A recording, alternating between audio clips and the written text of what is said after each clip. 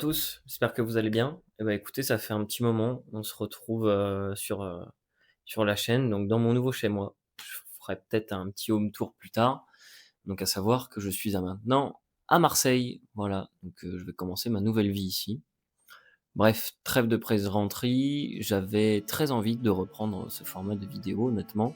Ça m'avait manqué, j'avais pas eu du tout le temps, à cause du travail et là, ça me fait du bien de recommencer, honnêtement, de pouvoir reparler avec vous de petits sujets ou autres qui me tiennent à cœur. J'en ai accumulé du coup pas mal en stock et j'espère que, les gens qui vont regarder, les vidéos seront contents de me retrouver et d'échanger avec plaisir, encore une fois en commentaire ou autre, je serai ravi d'échanger avec vous. Voilà, donc le thème du jour, de toute façon vous l'avez vu dans le titre, ça va être vis-à-vis des questions. Alors, c'est très, très global, hein, évidemment. Qu'est-ce qu'on peut entendre par question ou autre? Mais c'est surtout le fait de se poser des questions et surtout de se poser trop de questions, parfois. Remettons les choses dans son contexte.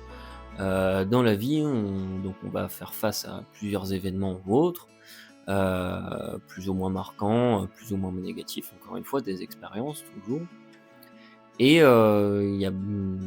la majorité des personnes vont approcher le problème en se posant énormément de questions. Pas forcément on va même pas forcément aborder la thématique du doute ou autre, mais directement des questions. Donc, ça va être se dire: comment ça va se passer? Comment, je vais réagir face à ça? Ou même qui ont vécu donc une expérience et qui vont se poser des questions derrière. Pourquoi j'ai vécu ça? Pourquoi cette personne était comme ça vis-à-vis de moi? Qu'est-ce que je peux en tirer, comme leçon ou autre? Tout un tas de questions qui viennent et qui vont être plus ou moins impactantes vis-à-vis du futur de la personne. Je m'explique. J'ai été, par le passé, une personne qui se pose énormément de questions. Je m'en pose toujours évidemment, mais beaucoup trop à l'époque. Par exemple, dans mes relations, ça a été de me dire, OK, pourquoi qu'est-ce que j'ai fait pour mériter ça, par exemple? Une question qui revenait très souvent. Donc je me posais ça et le problème, c'est que quand on a ce genre de questions sans réponse, la plupart du temps, on a tendance, et c'est très humain, à les ressasser en boucle et à les voir de toutes les manières possibles, de tous les angles, sans pour autant trouver l'angle qui va faire qu'on arrive à entrevoir une réponse derrière. Puisque, souvent, il y a pas de réponse à ça, à ces questions-là. C'est des questions très globales qui sont juste là pour embourber l'esprit et finalement qui donnent une illusion d'espoir derrière, comme si la réponse à cette question pouvait, résoudre le problème. Sauf que, spoiler, non. La plupart du temps, ça ne résout pas le problème. Donc, qu'est-ce qui m'a fait, avoir cette réflexion? Ça remonte, beaucoup dans le passé, où, à l'époque donc, où j'étais à 3 dans mes études, il y a longtemps et où, je voyais une psy à l'époque, une psy très, très sympa qui m'a apporté beaucoup de choses et qui m'a, donc on aborde cette thématique des questions, voilà, je lui dis, moi je me pose beaucoup de questions sur mes relations ou autres, sur mon avenir, des choses comme ça et donc cette personne me dit, et à très juste titre, «OK, Arthur, c'est bien, tu te poses des questions, c'est bien. C'est déjà très bien de se poser des questions et de ne pas foncer, aveuglément dans la vie, mais est-ce que si tu avais la réponse à ces questions, est-ce que ça changerait quelque chose à ta vie?» Donc je réfléchis, un peu sur le cul, sur le siège comme ça, je réfléchis, je me dis: «OK, c'est pas trop con ce qu'a dit, est-ce que vraiment ça changerait quelque chose à ma vie de savoir, qu'est-ce que j'ai fait pour mériter ça, par exemple?» Non, pas du tout, comme je l'ai dit, ça ne m'apporterait rien. Qu'à partir de là, j'ai eu une prise de conscience. Je me suis dit: «OK, certaines questions, se posent évidemment, mais leurs réponses ne changeraient rien à ma vie. Donc est-ce qu'elles valent même la peine d'être posées ces questions? Non. Donc à partir de là, je me suis dit: certaines questions ne servent à rien.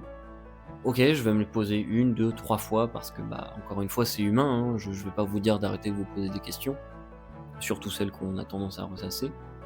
Mais là est le problème, c'est de les ressasser surtout. Il faut pas le faire, c'est pas qu'il faut pas le faire, mais plus que c'est là l'élément problématique dans le fait de se poser des questions. C'est le fait de ressasser ces questions, qui ont un fort impact sur nous, sur notre stress ou autre et qui n'apporteraient rien finalement, qui n'ont soit même pas de réponse, soit qui n'apporteraient rien avec une réponse donnée. Donc là est le souci, là est le travail et c'est pour ça que je trouve ça important. Maintenant bien sûr, la plupart des questions valent la peine d'être posées et je vous invite évidemment à réfléchir et vous je pense que vous le faites déjà.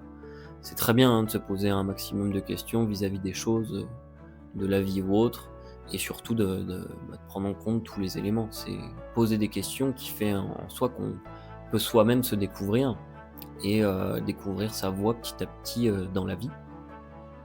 Donc ça, c'est important. Deuxième point vis-à-vis de ces questions, j'y reviens, c'était vis-à-vis du doute. Donc c'est, le fait de se poser trop de questions dans la vie et je prends le très bon exemple que je suis en train de vivre actuellement, le fait d'avoir déménagé à Marseille. Donc pourquoi? Ça a été une décision comme ça, voilà, je me suis dit que j'avais besoin de changement. Pour le coup, ça a été un questionnement de se dire: «Bon, bah, qu'est-ce qui fait qu'à Paris, je me sens moins bien qu'ailleurs? Qu'est-ce qui me manque vis-à-vis de ma vie à la campagne, par exemple, avant ou autre?» Et ça a été de se dire: «OK, bon, bah, à Paris, j'ai besoin de soleil, j'ai besoin d'un peu plus de nature» et bah, le sud est apparu comme une évidence et donc j'ai décidé de sauter le pas. Donc je me suis posé ces questions-là, mais qu'est-ce que je ne me suis pas posé et ressassé, c'est: «Ah, est-ce que ça va mal se passer? Comment je vais faire là-bas niveau social?» puisque, bah, je connais presque personne ici. Comment je vais faire et que tous mes amis sont à Paris, accessoirement. Comment je vais faire, pour m'entraîner tout simplement, puisque, bah, je change de salle et ça aurait fait bientôt 2 ans que je m'entraîne à True Grit, à Antony et là, un changement aussi radical, ouais, ça entraîne beaucoup de choses. Ça me change un peu dans mes habitudes de muscu.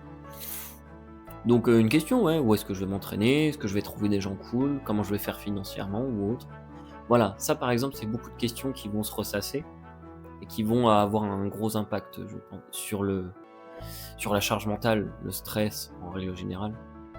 Et c'est des questions que j'ai préféré, alors pas mettre de côté totalement, puisque tout ce qui va concerner des doutes comme ça, plus ancrés dans le réel, il faut les prendre en compte, mais surtout je les ai pas laissés me submerger. Je me suis pas dit: «OK, bon bah, comment je vais faire financièrement? Ah et ça va être dur et ça».